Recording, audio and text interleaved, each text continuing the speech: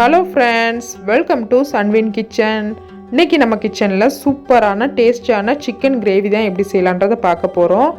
இந்த மாதிரி நீங்கள் வீட்டிலே மசாலா அரைச்சி செய்யும்போது சிக்கன் குழம்பு வந்து டேஸ்ட் வந்து சூப்பராக இருக்கும். கண்டிப்பாக இதே மாதிரி நீங்கள் ஒரு முறை ட்ரை பண்ணி பாருங்கள். இப்போ ஒரு கடாயை சூடு பண்ணி அதில் 1 டீஸ்பூன் அளவுக்கு எண்ணெய் சேர்த்துக்கோங்க. எண்ணெய் நல்லா சூடானதுக்கப்புறம் 1/2 டீஸ்பூன் அளவுக்கு பெருஞ்சீரகம் சேர்த்துட்டு இது நல்லா பொரிஞ்சதுக்கப்புறம் இதில் 2.5 டீஸ்பூன் அளவுக்கு மல்லி சேர்த்துக்கோங்க. 1/4 டீஸ்பூன் அளவுக்கு கசகசா சேர்த்துக்கோங்க. இதில் 3 வரமிளகா வந்து நான் காரத்துக்கு சேர்த்துருக்கேன். நீங்கள் உங்களுக்கு காரம் அதிகமாக வேணும்னு நினச்சிங்கன்னா கொஞ்சம் எக்ஸ்ட்ரா சேர்த்துக்கோங்க. இந்த வரமிளகா வந்து ரொம்ப காரமாக இருக்கும், அதனால் எனக்கு 3 கரெக்டாக இருக்கும். இப்போ இது எல்லாமே நல்லா வறுப்பட்டதுக்கப்புறம் இதில் 2 பெரிய வெங்காயத்தை வந்து கட் பண்ணி வச்சுருக்கேன். அதை சேர்த்துட்டு இதை வந்து ஒரு 5 நிமிஷம் மட்டும் நம்ம வதக்குனா போதும். கண்ணாடி பதம் வரும் பார்த்தீங்களா, அந்த அளவுக்கு மட்டும் நீங்கள் வதக்குனீங்கன்னா போதும். கரெக்டாக ஒரு 5 நிமிஷத்துலேயே வந்து வதங்கிரும். இப்போ வெங்காயம் வந்து நல்லா வதங்கிருச்சு. இதில் வந்து கொஞ்சமாக துருவின தேங்காய் சேர்த்துக்கோங்க. இதையும் சேர்த்து ஒரு 2 நிமிஷம் மட்டும் நல்லா வதக்கி எடுத்துக்கோங்க. நீங்கள் இந்த மாதிரி இந்த பொருள் எல்லாமே வறுக்கும் போது சூப்பராக அப்படியே மணமாக இருக்கும். இந்த மாதிரி நீங்கள் எல்லாமே வறுத்தரைச்சி சேர்க்கும்போது டேஸ்ட் வந்து ரொம்ப நல்லாயிருக்கும். அதுவும் சிக்கன் குழம்புக்கு வந்து ரொம்ப நல்லாயிருக்கும். இப்போ இது எல்லாமே நல்லா வறுப்பட்டுருச்சு. இதில் ஒரு 1/2 டீஸ்பூன் அளவுக்கு காஷ்மீரி மிளகாய் தூள் சேர்த்துக்கோங்க. இது வந்து கலருக்காண்டி தான் சேர்க்கேன். உங்களுக்கு விருப்பம் இருந்தால் சேர்த்துக்கலாம், இல்லை அப்படின்னா நீங்கள் இது சேர்க்க வேண்டாம். நான் வந்து இது கலருக்காண்டி ஒரு 1/2 டீஸ்பூன் அளவுக்கு மட்டும் சேர்த்துட்டு நல்லா ஒரு டைம் மிக்ஸ் பண்ணி விட்டுட்டு இதை வந்து நல்லா ஆற வச்சுருங்க.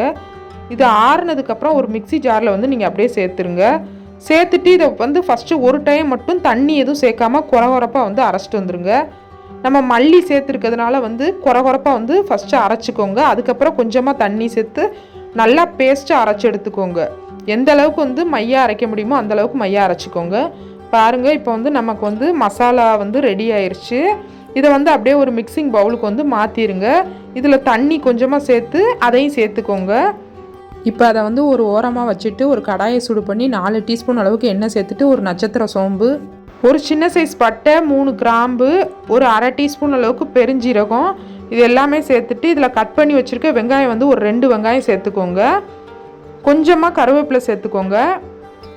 இப்போ இது எல்லாமே வந்து ஒரு 5 நிமிஷம் வந்து நல்லா வதக்கி எடுத்துக்கோங்க. ரொம்ப வந்து நீங்கள் கோல்டன் ப்ரௌன் ஆகிற அளவுக்கு வந்து வதக்க வேண்டாம். ஒரு 5 நிமிஷம் மட்டும் வதக்கினா போதும். இப்போ வெங்காயம் நல்லா வதங்கிருச்சு. இதில் வந்து 1 டீஸ்பூன் அளவுக்கு இஞ்சி பூண்டு பேஸ்ட்டு சேர்த்துக்கோங்க. சேர்த்துட்டு இதோட பச்சை வாசனை போகிற அளவுக்கு வந்து இது நல்லா வந்து நம்ம வதக்கணும்.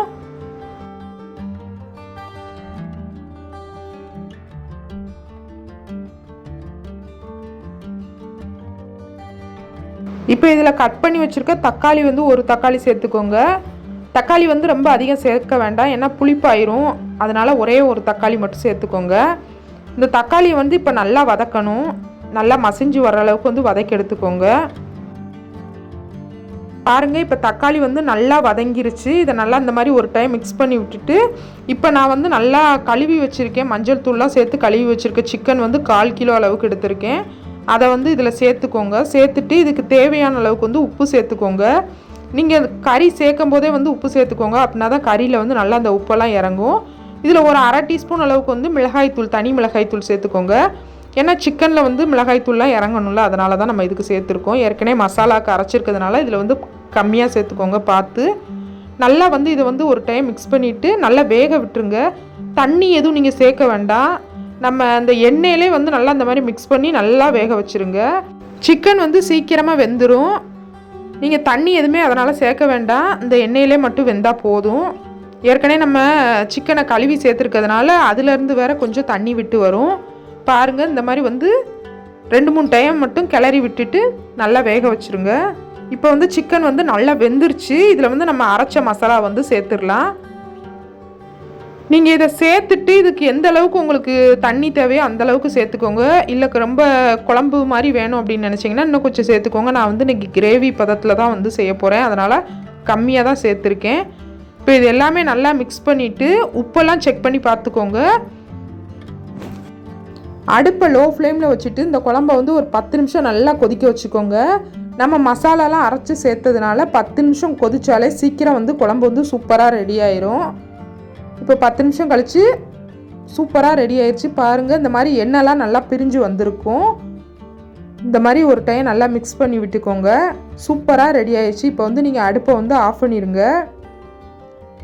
கொஞ்சமாக வந்து இதில் கொத்தமல்லி இலை சேர்த்துக்கோங்க. அடுப்பு ஆஃப் பண்ணதுக்கப்புறம் சேர்த்துக்கோங்க. சேர்த்துட்டு நல்லா ஒரு டைம் வந்து மிக்ஸ் பண்ணி விட்டீங்க அப்படின்னா சூப்பரான சிக்கன் கிரேவி வந்து ரெடி ஆயிடுச்சு. நம்ம மசாலா அரைச்சி சேர்த்ததுனால இந்த குழம்பு வந்து அவ்வளோ வாசனையாக இருக்குது. டேஸ்ட்டுமே சூப்பராக இருந்துச்சு. இது வந்து இட்லி, தோசை, சப்பாத்தி, சாதத்து கூட சாப்பிட்றதுக்கு சூப்பர் டேஸ்ட்டாக இருக்கும்.